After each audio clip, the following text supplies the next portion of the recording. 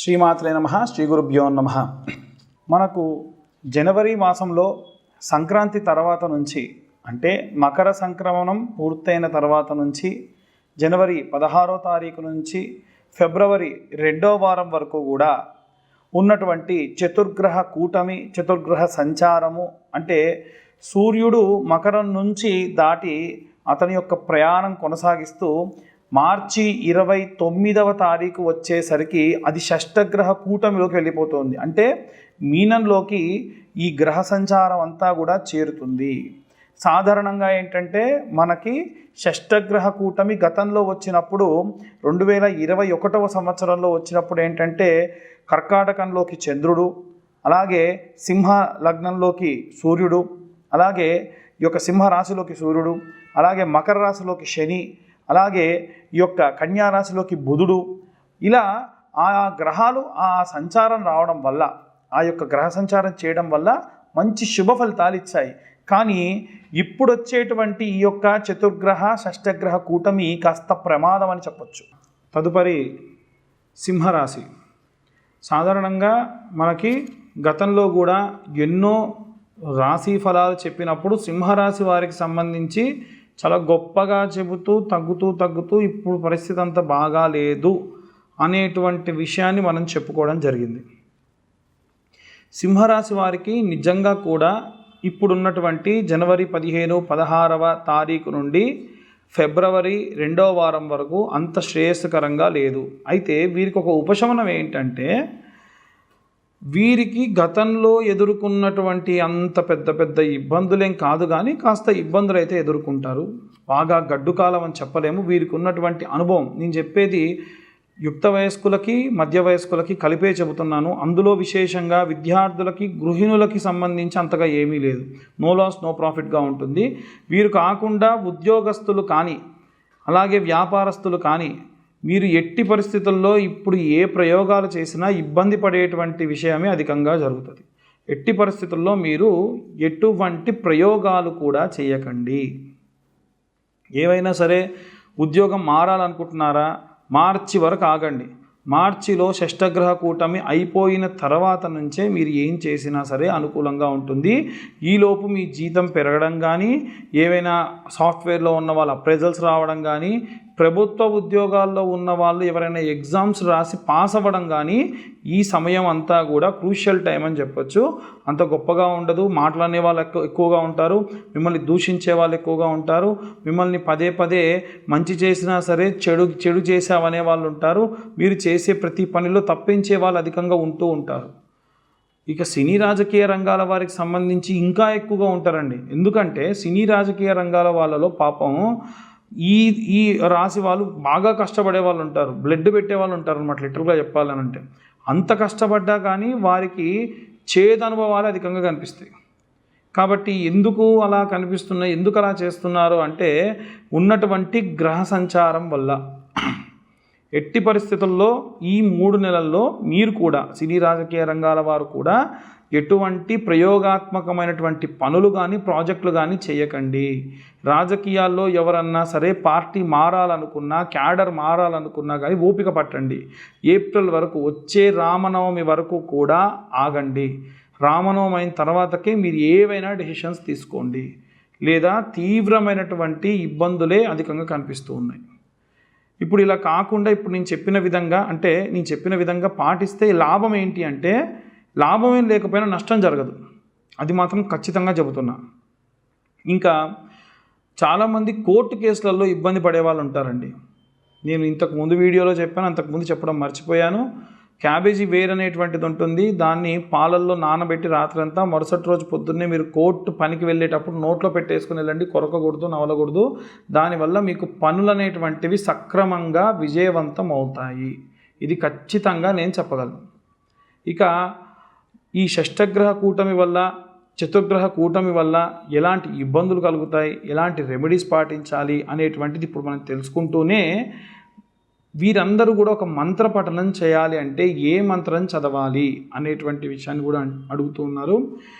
వీలైతే అర్ధనారీశ్వర స్వామి దేవాలయానికి వెళ్ళండి, కాలభైరవాష్టకాన్ని చదువుకోండి.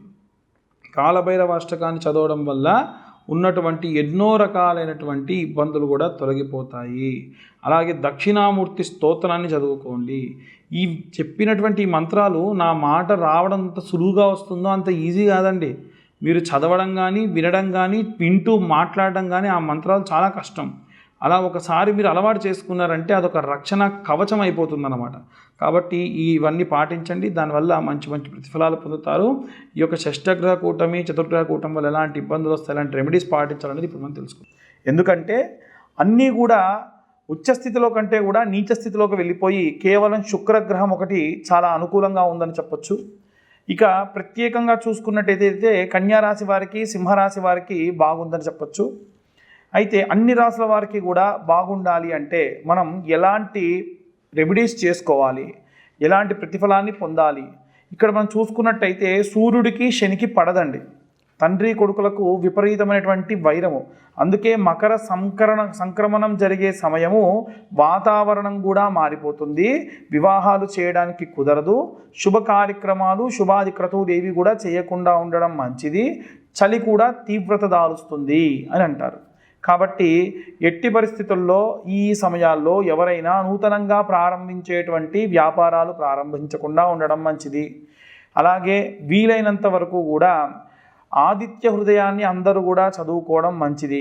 ఇప్పుడు నేను చెప్పేటువంటి శ్లోకము ఈ యొక్క 25 రోజుల పాటు, అంటే జనవరి 14, 15వ తారీఖు నుండి ప్రారంభించి ఫిబ్రవరి 2వ వారం వరకు కూడా ఈ మంత్రాన్ని ప్రతిరోజు ఉదయాన్నే చదవడం అన్ని వర్గాల వారికి, స్త్రీలనే కాదు, ఉద్యోగస్తులనే కాదు, అలాగే విదేశాలకు వెళ్ళాలనుకునే వారే కాదు, అలాగే ఏదైనా కోర్టు కేసు ఉన్న వాళ్ళే కాదు, అందరూ కూడా ఈ మంత్రాన్ని చదవచ్చు. ఆ మంత్రం ఏమిటంటే జపాకుసుమ సంకాశం కశ్యపేయం మహాద్యుతిం తమోరిం సర్వపాపజ్ఞం ప్రణతోస్మిన్ దివాకరం. లేదా సూర్య అరిష్టేతు సుసంప్రాప్తే సూర్య పూజాంచ కారయేత్ సూర్యధ్యానం ప్రవక్ష్యామి ఆత్మపీడోపశాంతయే. ఈ యొక్క మంత్రాన్ని చదవాలి. అలాగే విశేషంగా ఏవైనా మనం పూజ చేయదలుచుకుంటే ఆదిత్య హృదయం అనేటువంటిది మనం చదవకపోయినా ఆ మంత్రం కేవలం విన్నా కానీ అష్టైశ్వర్యాలు సిద్ధిస్తాయట. ప్రతిరోజు ఉదయం 6:30 నుంచి 7:30 మధ్య ప్రాంతంలో ఈ యొక్క మంత్ర పఠనం చేయడం చాలా చాలా శ్రేయస్సుకరం. ఇక ప్రత్యేకంగా గ్రహాలకు సంబంధించి బుధుడు, శుక్రుడు, అలాగే రాహు, ఈ యొక్క బుధ గ్రహానికి సంబంధించి, శుక్రగ్రహానికి సంబంధించి, రాహుగ్రహానికి సంబంధించినటువంటి ఏవైనా సరే మంత్రములు చేసుకోవడం, మంత్రములు చదవడం చాలా శ్రేయస్సుకరమని మన వేద పురాణాల్లో చెప్పడం జరిగింది ఈ యొక్క మకర సంకరణ సమయంలో. కాబట్టి ఏ మంత్రం చదవాలి అంటే హిమకుంద మృణాలాభం దైత్యానాం పరమంగురుం సర్వశాస్త్ర ప్రవక్తారం భార్గవం ప్రణమామ్యహం. మళ్ళీ చెబుతున్నానండి. హిమకుంద మృణాలాభం దైత్యానాం పరమంగురుం సర్వశాస్త్ర ప్రవక్తారం భార్గవం ప్రణమామ్యహం. ఈ మంత్రాన్ని రోజు ఉదయాన్నే లేదా అసుర సంధ్యా సమయంలో చదివితే చాలా మంచిది. ఎందుకంటే అసుర సంధ్యా సమయానికి శివగణములన్నీ కూడా భూమంతా సంచరిస్తున్న సమయంలో మనము శివనామ స్మరణ చేసిన, ఈ యొక్క శుక్రాచార్యుడి మంత్రం చేసిన రాక్షసులు, భూతప్రేత పిశాచాలు, గ్రహాలను ఇబ్బంది పెట్టేటువంటి ఇతర గ్రహాలు ఏవి రాకుండా శాంతి కూరుతాయి. ఎందుకంటే రాక్షసులందరికీ కూడా గురువు కాబట్టి రాహుగ్రహానికి, శుక్రగ్రహానికి ఈ మంత్రం చదివిన స్వస్థత చేకూరుతుంది. ఇక ఉదయము లేదా సాయంత్రము మీ ఇంట్లో ఏదైనా చాంటింగ్ చేయదలుచుకుంటే ఓం నమో భగవతే నారాయణాయ నమః అనేటువంటి మంత్రాన్ని చాంటింగ్గా చేసుకోవడం చాలా చాలా ఉత్తమం.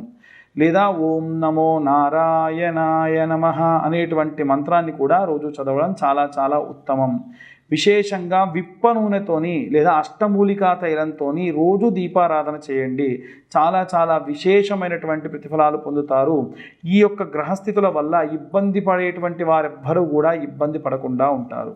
ఇక ప్రత్యేకంగా మీ అందరికీ చెప్పవలసినటువంటి విషయం ఏమిటంటే మీ యొక్క డేట్ ఆఫ్ బర్త్ టైం లేకుండా చాలామంది పేరు బలం మీద జాతకాలు చెప్పండి అని చెప్పి ఫోన్లు చేస్తూ ఉన్నారు.